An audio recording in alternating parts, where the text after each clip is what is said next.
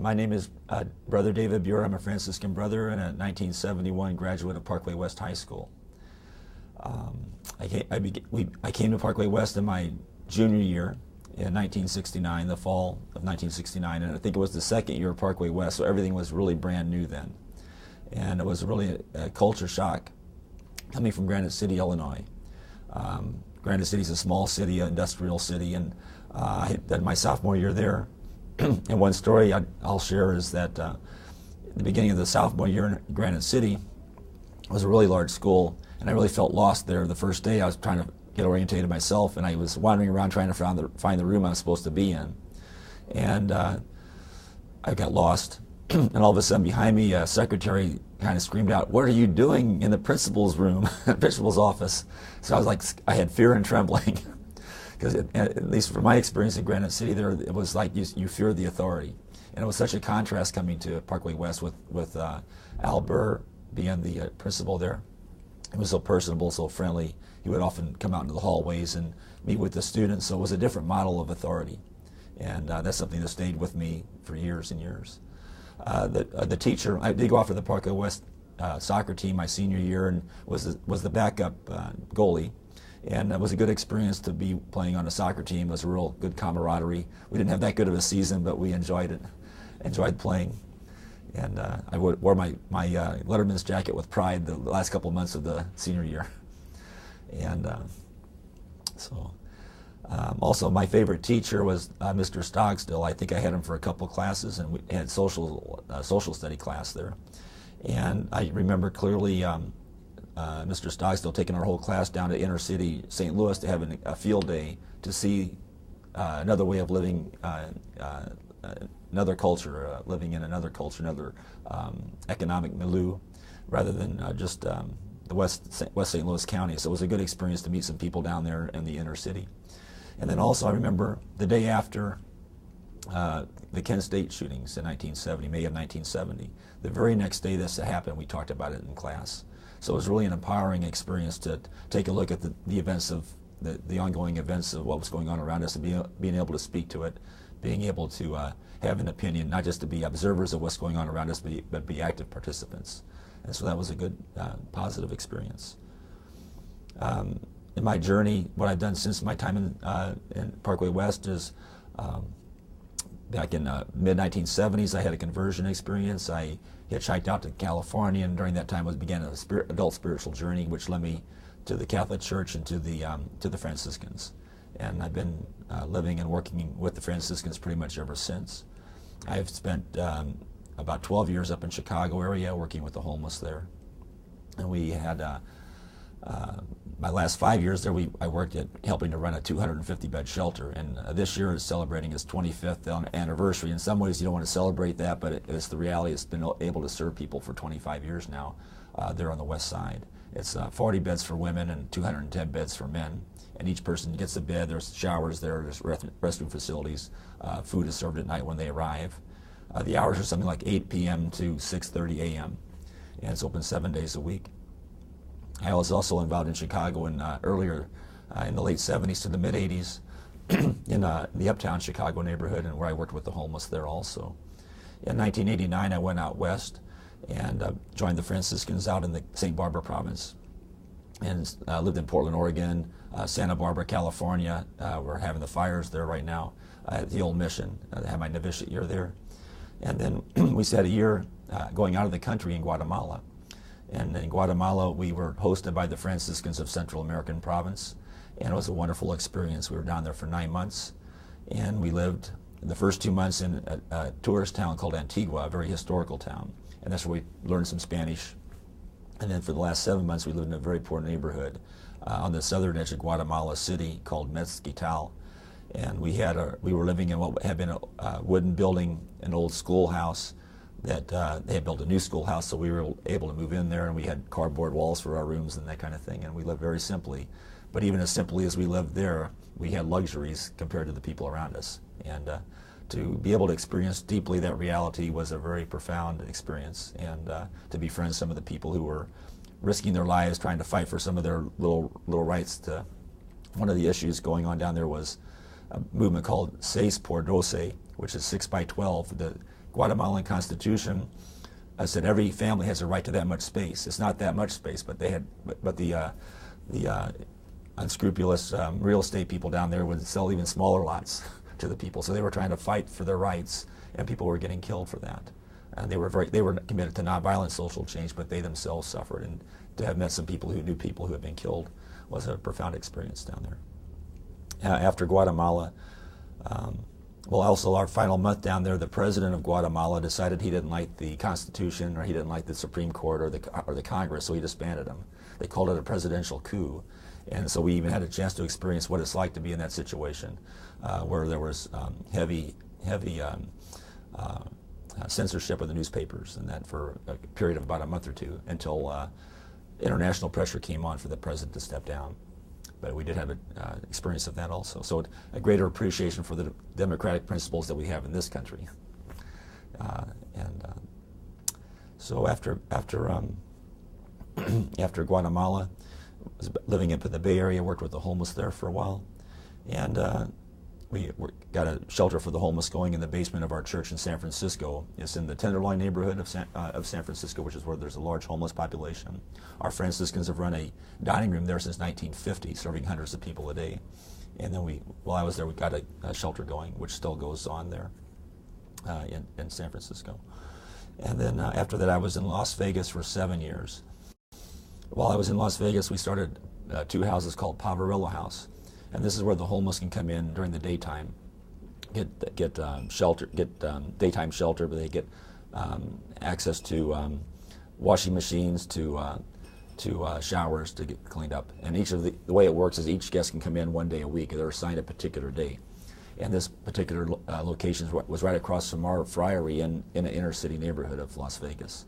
And it's in the Las Vegas house is in its 11th year right now, and the Henderson house, which is nearby Las Vegas, is in its 6th year.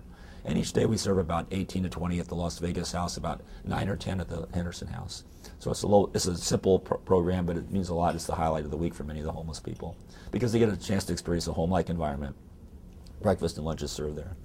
And they also get to develop a camaraderie with our volunteers as well as with each other. They get to see each other not on the streets like, when you're looking over your back to see who's behind you, kind of this relaxed environment. So we just opened up a Poverello House now in Tucson. It's in its 3rd week of operation right now, and it's going well. We're starting off slowly, and then we'll hope to expand about to the site that we have. We think we can take about 12 a day there once we get going full steam ahead. In 2004, I moved from our house in Las Vegas to Arizona. I had a wonderful experience of a year in the White Mountains, on the White Mountain Apache Reservation in a town called White River. And we've had Franciscans there since the 1920s, and I was able to live with a friar there who's been there since 1983. And he's been so much, the Apaches have not been Christianized very much. They're maybe 10% Catholic, maybe 10% Lutheran, and the rest are more Native American spirituality. But they have a great appreciation for Father Eddie, who's the pastor there, because he's a spiritual person himself. And so it was a wonderful way to experience deeply the Apache culture in that short amount of time that I was there. And so we'd be invited to the what they call the sunrise dances, which is a Apache ceremony, liturgical. It's kind of a 4-day liturgical event. And the young Apache girl, she's going through puberty. This is her rite of passage. And it involves the whole community. And it's a wonderful experience. The Native American people have a leg up on us, I think, because they recognize some of the deeper realities of life. And so the whole community tries to help this young girl to make it through her life. And they'll be praying for her. They're especially praying for her during those 4 days of the sunrise ceremony. It includes sweat lodges, where the men go into the sweat lodge and they with a specific intention of praying for this girl. And her family comes together. They have 2 camps. Her family's blood family, and then her godparents, the people that she chooses to be her godparents, and they have a camp. And they have beautiful ceremonies where each camp will feed each other. So one day the blood family will feed the godparents, and then the other day, but they don't just bring the food over; they dance it over. They're carrying they're in their native dress, and they're carrying pots of food, and they come dancing with drums. It's a beautiful thing to experience, and there's other parts of it I can't go into right now, but it's a beautiful ceremony. So it was a privileged year to be there. And now for the last 3.5 years, I've been at beautiful San Javier Mission in Tucson, San Javier was built it took 14 years to build it, from 1783, completed in 1797. But the first ministers that came out was a Jesuit priest who came out to that particular village in 1692. And so they have, unlike the Apaches, they have accepted Jesus on a deep level, and about 85% of the people there are Christian, are Catholic. And so they're very much more incorporated into the church. And we celebrate feast days there, and those are, again, like with the Apaches, they know how to really celebrate. They not only have dancing and music and prayer, but they also offer hospitality to anybody who wants to come. And so they have what they call a feast house. So on the 2 days of the patron saint's feast day, anybody who comes and gets fed a nice meal at a sit-down table, a long table, sits about 30 people, and they serve it family style, and they welcome all as part of the celebration. And then also at San Javier, it's not only known nationally but internationally. And so every day we have people coming from all over the country and all over the world. And what's moving for me is that people come, I think, because of the architecture and the history. But I'll say that people they may come as tourists, but they leave as pilgrims, because it is a spiritual place. It's a place where many people come with prayer intentions and light candles, and so people feel that, even though they might not be expecting to feel it. So it's a sacred place, and it's a privilege to live there.